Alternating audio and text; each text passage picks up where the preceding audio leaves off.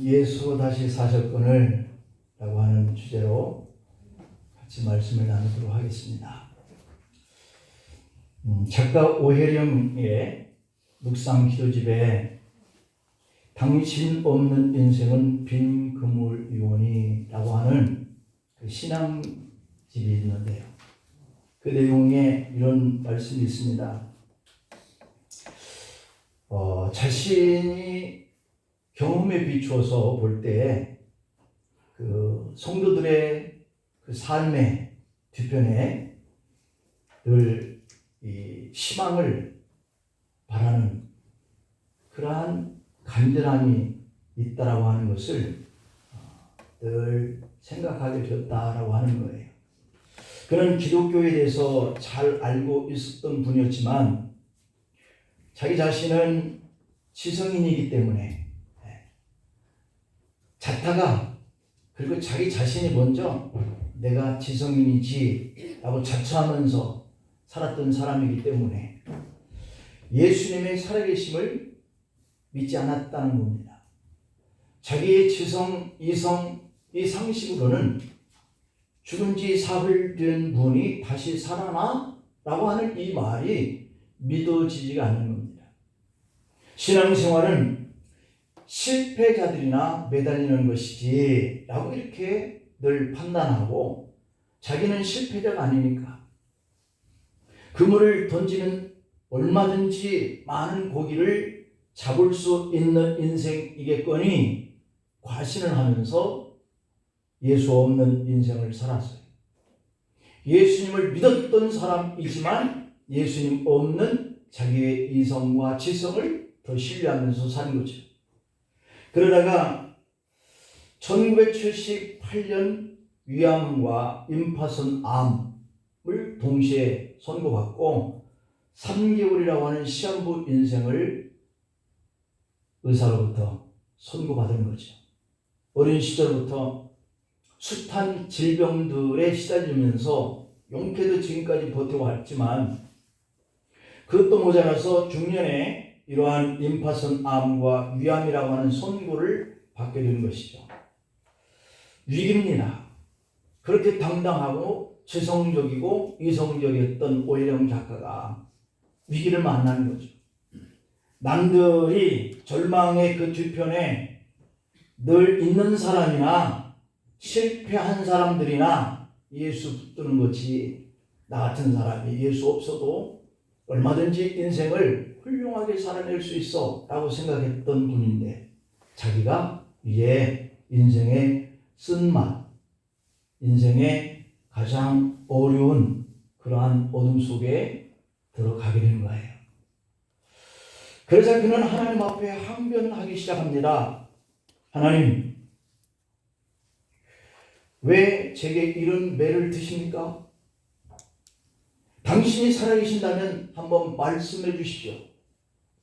이 고통 중에 말씀해 주시지 않으면 더 이상 저는 믿지 않겠습니다.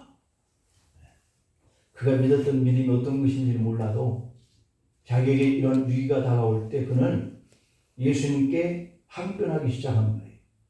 왜 제게 이런 매를 드시죠? 내게 말씀해 주시지 않으면 저는 안 믿겠습니다. 라고 참 거침없이 의람된 그런 항변을 하죠. 그렇게 원망하는 가운데 통증은 24시간 동안 계속해서 단발마로 다가왔다. 너무 고통스러워서 차라리 죽고 싶을 지경이었습니다.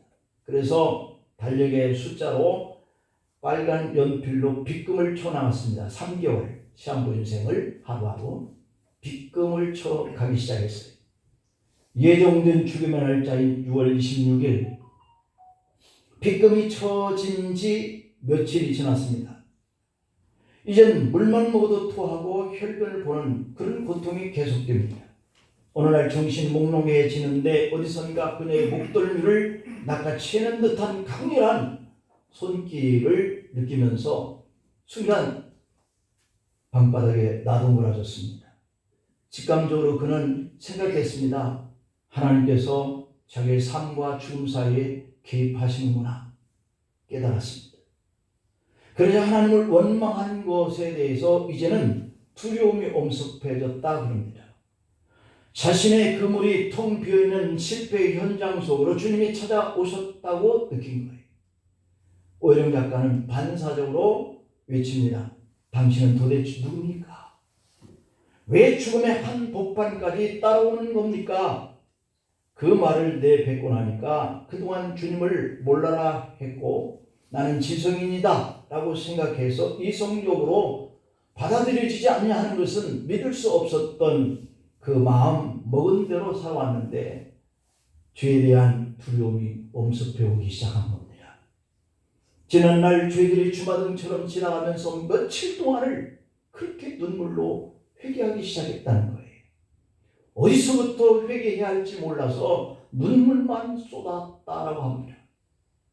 수십 개의 양주가 녹아내릴 때까지 회개하고 또 회개하고 회개했다는 거예요. 이제는 육체적인 암이 문제가 아니라 영적인 암이 치료받지 못하면 구원이 없겠구나 하는 그런 두려움이 오해령 작가의 영혼 속으로 밀려들어왔어요. 오함이 나고 온몸이 부들부들 떨렸습니다. 아, 이제 죽음의 시간이 다가온 거구나 예감합니다. 너무 추워서 이불깃을 잡아당기는데 겨드랑이에 잡혔던 임파선 암덩어리가 만져지지 않았다는 거예요. 어깨에 복숭아씨만 하던 몽울도 사라져버렸다는 거예요. 복수로 차 올라왔던 배가 꺼지기 시작했다는 거예요. 그동안 가빴던 숨도 고르고 평화해지기 시작합니다. 너무 놀란 오해령 작가는 주님 이거 어떻게 되는 겁니까? 두 번째로 살아계신 주님이 찾아오신 것을 알았다라고 하는 거예요. 다시 말하면 부활해서 자신에게 오신 주님을 만났다는 것이죠. 너무너무 감사한 나머지 그 순간 서원 기도를 올립니다. 주님, 덤으로 얻은 이 인생 소유된 자들과 함께 살겠습니다. 지금은 그 서원대로 남편 권호정 목사님과 함께 화성군 비봉면 구포 2리에서 평화의 집을 개원한 후에 39년 동안 무이탁 노인과 결손 가정과 자녀들을 돌보면서 헌신적인 사역을 하고 있는 중에 있습니다. 아멘. 오해령 작가는 절망의 뒤편에 희망의 빛은 이렇게 실제로 존재한다. 이성적으로 자신의 지성적으로 믿어지지 않은 그 사건이 예수님의 부활 사건이었다라고 고백하고 있는 거죠. 육신의 구원을 넘은 영혼 구원에 초점을 맞출 때 하나님의 은혜를 입게 됩니다 하고 간증하고 있습니다. 이제 오해령 사모님은 그녀의 그물에 고기로 가득 차기 시작했다라고 고백을 합니다. 그는 감정하기를 주님 없는 생에 호수에 그물을 던지고 물고기가 잡히기를 바랐던 지난날 자신은 이제 죽은 시간이었다라고 깨닫다는 거예요. 부활의 주님을 만난 이 오해령 사모님은 오 주님, 이제 주님께서 그 그물을 채워주소서. 그러면 저는 비로소 살 것 같습니다. 인생의 가장자리에 서 계신 그 부활의 주님, 당신 없이 한평생 수고해 보아야 우리 인생은 빈 그물입니다. 비록 저의 인생의 가장자리에 서 계신 당신을 지금 당장 알아차리지 못한다 할지라도 저희의 계획을 과감하게 포기하고 당신께 대한 믿음으로 새롭게 시작하려고 하는 이 각오가 설 때 저희의 행위의 방향과 성취가 부여되게 하소서 하고 기도했어요. 날마다 호숫가에서 저희를 기다리시는 당신을 바라보게 하옵소서 라고 고백을 했습니다. 이런 힘이 오직 주님을 의지하는 기도에서 나온다라고 말을 합니다. 아멘. 여러분, 오늘 본문에 나온 여인들은 누구보다도 예수님을 사랑하는 사람들이었잖아요. 예수님을 향한 열심도 그 뚝배기도 뒤지지 않았던 사람들이잖아요. 예수님을 무덤에 장사한 이후에 제일 먼저 그 무덤을 찾아왔습니다. 사랑하기 때문에, 주님을 사랑하기 때문에, 하나님의 교회를 사랑하기 때문에 가장 먼저 찾을 수 있는 줄 믿습니다. 아멘. 예수님이 부활하셨으리라 전혀 예상치 못했었던 그들이었기에 큰 돌로 막아 놓은 이 부활의 문을 누가 열어줄까? 라고 걱정하면서 무덤에 도착해 보았는데 무덤 문이 활짝 열려 있었습니다. 무덤 안에 들어가 보니까 예수님의 시신이 보이지 않습니다. 여인들은 예수님을 잃어버렸다 라고 근심하고 있습니다. 그 순간 찬란한 옷을 입은 두 사람이 여인들 곁에 서 있습니다. 놀랍고 두려워 엎드립니다. 그 여인들에게 이렇게 말합니다. 어찌하여 살아있는 자를 죽은 자 가운데서 찾느냐. 아멘. 여기 계시지 않고 살아나셨느니라. 아멘. 할렐루야. 아멘. 어찌하여 산 자를 죽은 자 가운데서 찾느냐라고 하신 이 말씀은 아주 중요한 의미를 담고 있는데요. 왜냐하면 예수님을 죽은 자 가운데서 우리도 찾고 있을지 모르기 때문에 오늘 말씀은 오늘 우리를 향하신 말씀이고 이렇게 외칩니다. 그 첫째 의미는 예수님이 다시 사실 것을 어찌하여 근심하느냐. 여러분 인생에 실패한 그 어둠 속에 갇혀 있어 보니까 그 갇혀 있는 분들이나 예수님 찾겠지라고 생각했던 것이 오해령 작가의 이성과 지성이었잖아요. 오늘 우리들도 그렇게 되기 전까지는 주님을 어쩌면 안 찾을지도 모르고 주님이 우리와 함께 계신데도 불구하고 근심만 하고 있을 수도 있어요. 이게 누구 문제예요? 우리 문제예요. 내 문제고 우리 자녀들 문제죠. 1874년에 남북전쟁 당시 미국의 온 나라는 도탄에 빠졌다 그럽니다. 젊은이들이 전쟁에 나가서 피를 흘리고 죽어가고 있었고 악성 전염병이 돌아오면서 장례식도 치르지 못한 채 쓰레기 치우듯이 그 시신들을 치워야만 했다는 거예요. 인간의 심성이 갈래갈래 찢겨져도 어디서도 그 희망을 찾아볼 수 없을 바로 그때 그 처참한 광경을 바라보면서 절망 중에 하나님께 엎드린 로우의 목사님에게 있었어요. 로우의 목사님은 심령의 눈이 열려서 부활하신 주님을 만납니다. 그 순간 로우리 목사님은 죽음을 이기신 주님이 나의 주님이시면 죽음이 끝이 아니라 또 다른 삶의 시작이기에 절망하고 쓰러져 있을 수는 없는 것 아닌가 하는 이러한 생각이 들었습니다. 주님 앞에서는 전쟁터도 지옥이 될 수 없으며 전염병의 절망도 주님의 부활의 생명을 이겨낼 수 없다고 하는 확신이 든 거예요.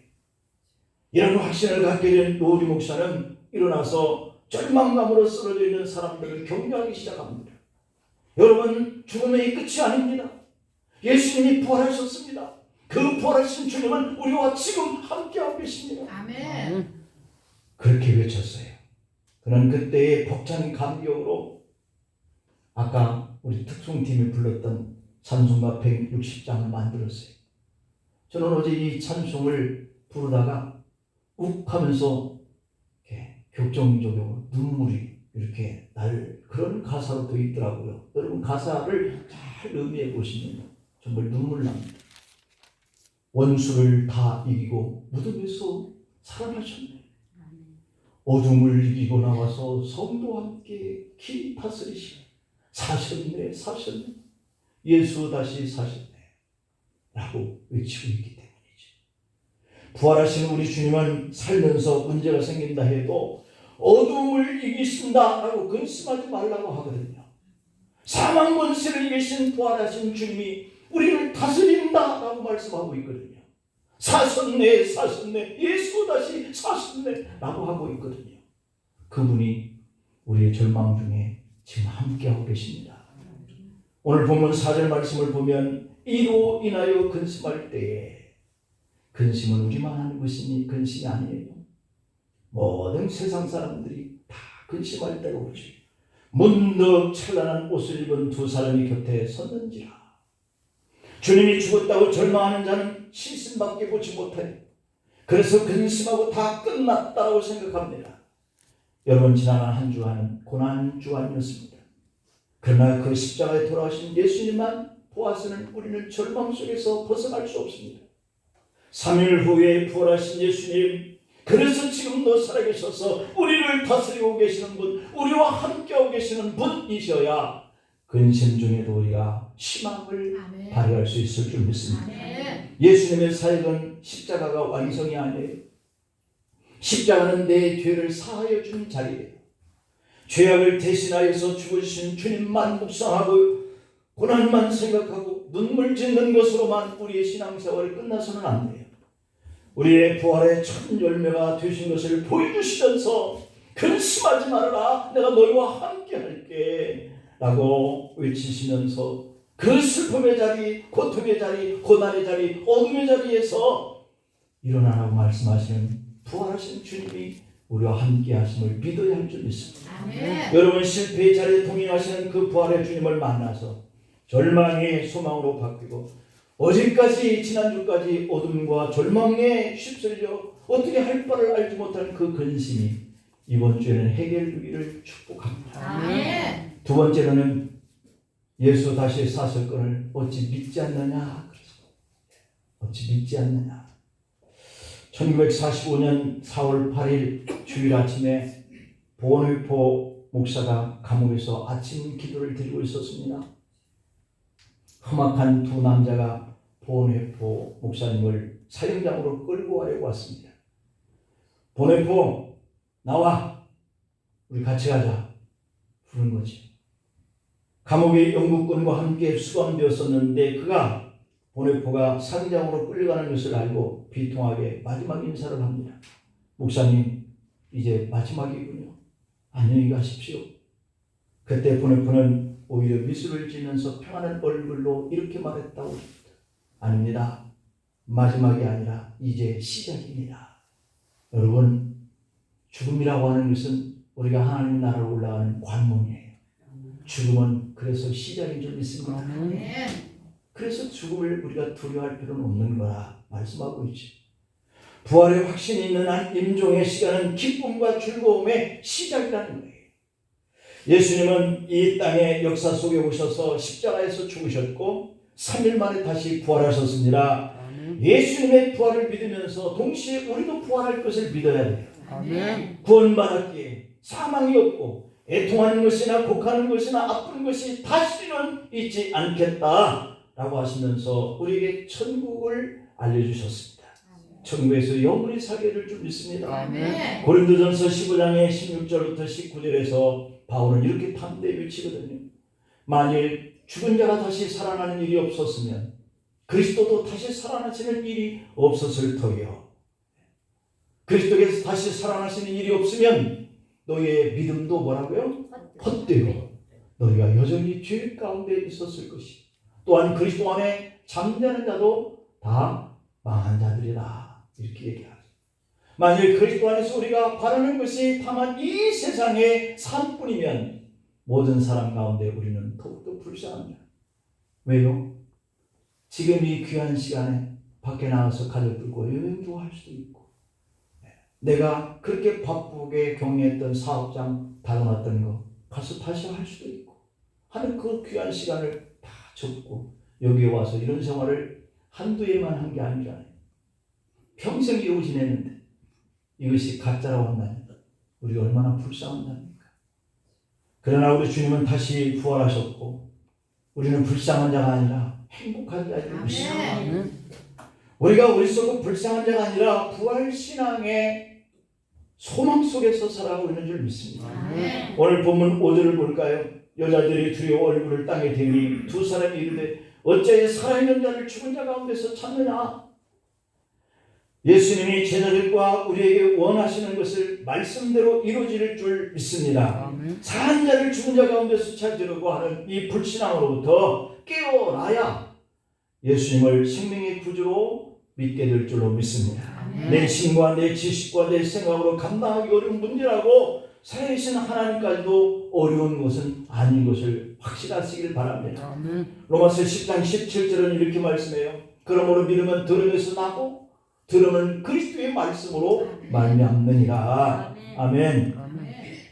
그래서 우리는 입으로 자꾸 신앙에서 구원에 이르는 믿음 가운데 서야 할 줄 믿습니다. 아멘. 마지막으로 예수 다시 사셨건을 어찌 잊고 사느냐? 어찌 잊고 사느냐?